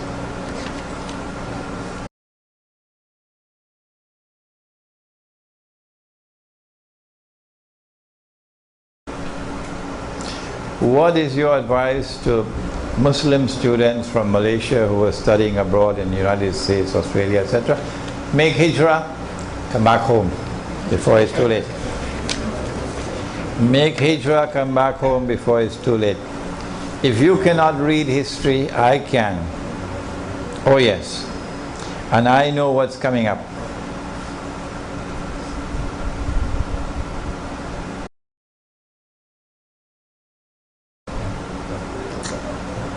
Well, I think I answered this. We are trapped in this system of Dajjal with political parties. Why can't we restore our Khilafah state, beginning with an Islamic state here in our own country? Use the Dajjal system to beat his system. No, you can't use haram to bring halal.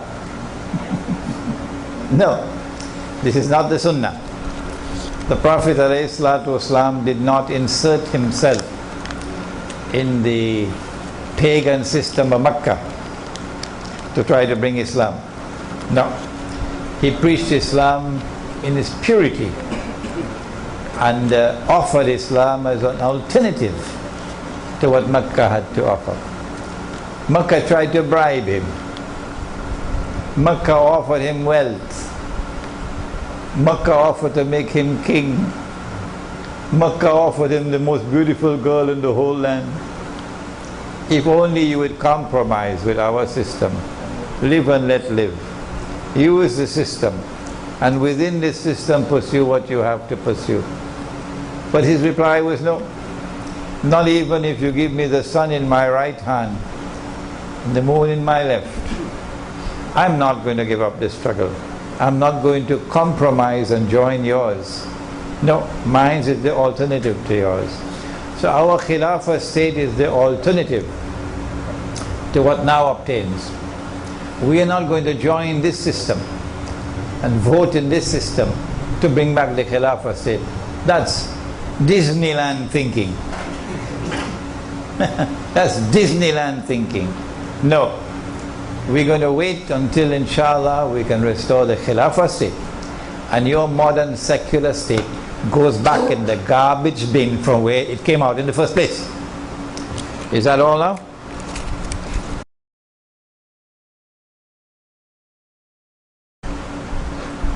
Whenever I do not have sufficient knowledge of a subject, I always decline to speak.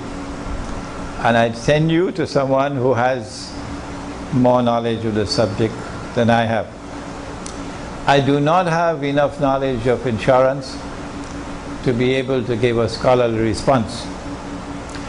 But I do have enough knowledge to say I am not going to take any insurance. No. I avoid all insurance. I consider insurance to be the sister of riba. And it's only when the state forces me into insurance, like motor car insurance, that I cannot avoid, then I take the motor car insurance until such time when my Muslim village is built. You have your urban village, I have my Muslim village. And in my Muslim village, inshallah, you can't drive to the masjid. No, there are no roads to drive. There are only roads to walk. So it's a pedestrian village. Huh? A pedestrian village. And everybody will walk into the masjid and walking back to their kampung homes. And we try to put the cemetery in between.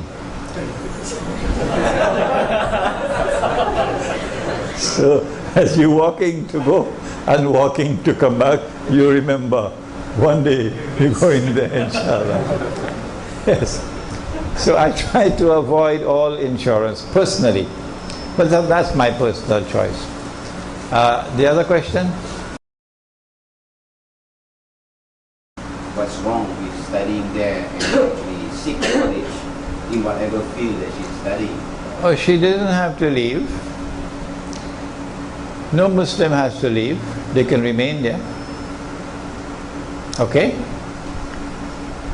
But when the war starts, which is starting soon,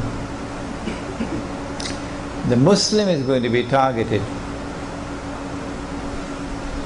And if you think the life of a Muslim in the United States has been horrible these last 10 years, as they say in Harlem and Brooklyn and Bronx, you ain't seen nothing yet. They have concentration camps already prepared to put Muslims. Okay? You want to get out of the United States, you cannot. You want your daughter to come back here, she cannot. Why? No fly list. No what? No fly list. Your name there, you can't come out. You can't. She's trapped there. When the US dollar collapses, the economy will collapse. Economy collapses, there's going to be colossal loss of wealth. Of course, this is imaginary wealth, you know, paper money. But people believe they're wealthy, they have millions and millions and millions, suddenly it vanishes. There are going to be riots in the United States. Riots. And when the riots takes place, that's when the Zionists are going to have a field day. Paying people to go and attack Muslims, destroy Muslim businesses, destroy Muslim homes, kill Muslims, to drive terror into the hearts of the Muslims. They wouldn't know what to do.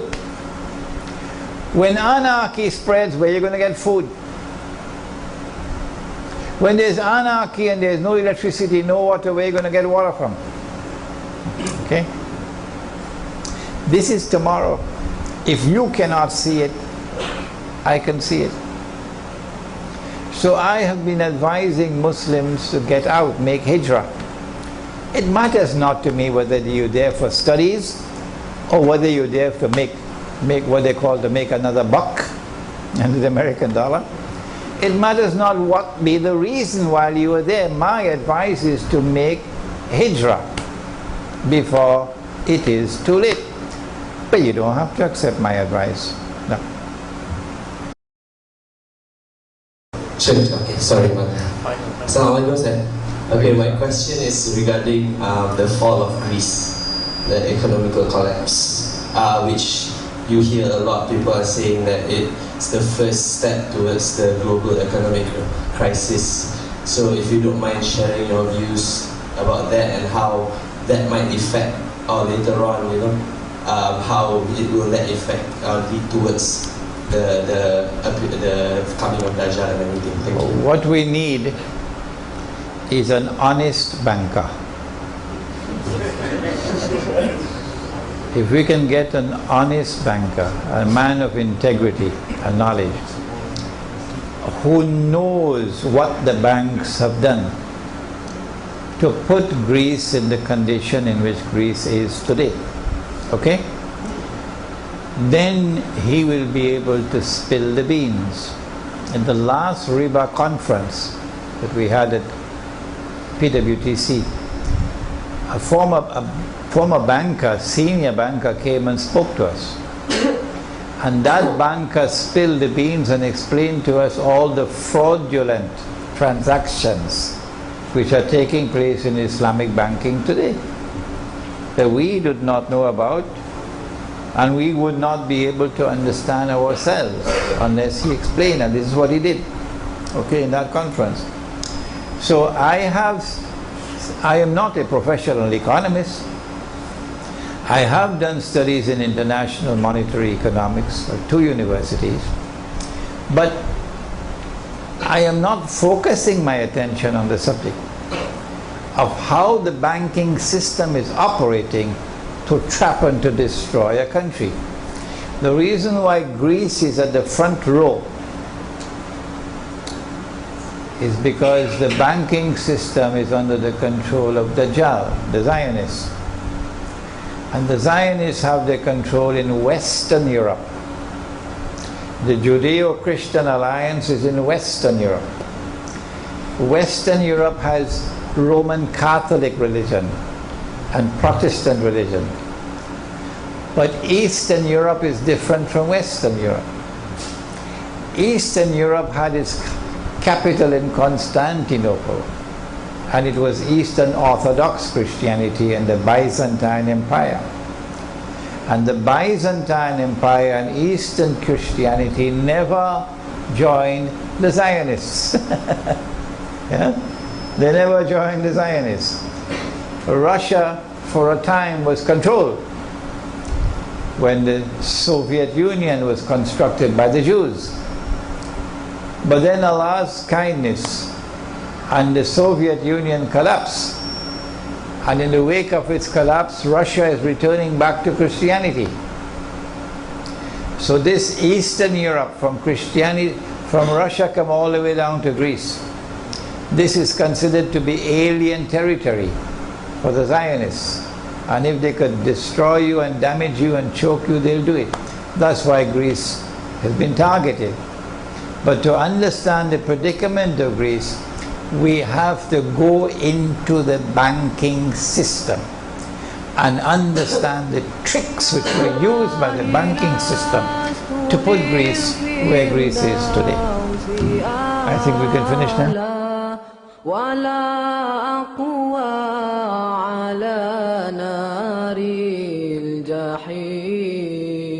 Allah fahab li taubata waghfir dhunubi fa innaka ghafiru dhanbil azim ilahi lasdu lil firdausi ahla wala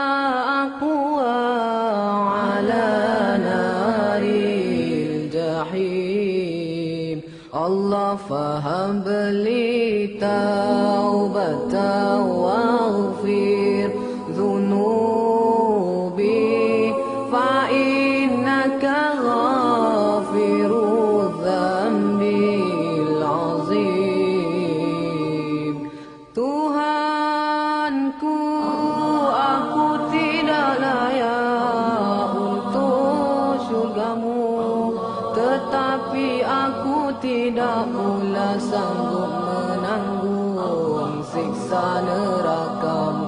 Dari itu kurniakanlah ampunan kepadaku, ampunkanlah dosaku. Sesungguhnya Engkaulah pengampun dosa-dosa besar. Tuhanku, aku tidak layak untuk syurgamu, tetapi aku tidak pula sanggup menanggung siksa nerakamu. dari itu kurniakanlah ampunan kepadaku, ampunkanlah dosaku, sesungguhnya Engkaulah pengampun dosa-dosa besar. Ilahi lastu lil firdausi a'la wala aqwa ala naril jahim. Allah fahab li taubatan waghfir dhunubi fa innaka ghafiru dhanbil azim. Ilahi lastu lil firdausi a'la wala aqwa ala naril jahim. Allah fahab li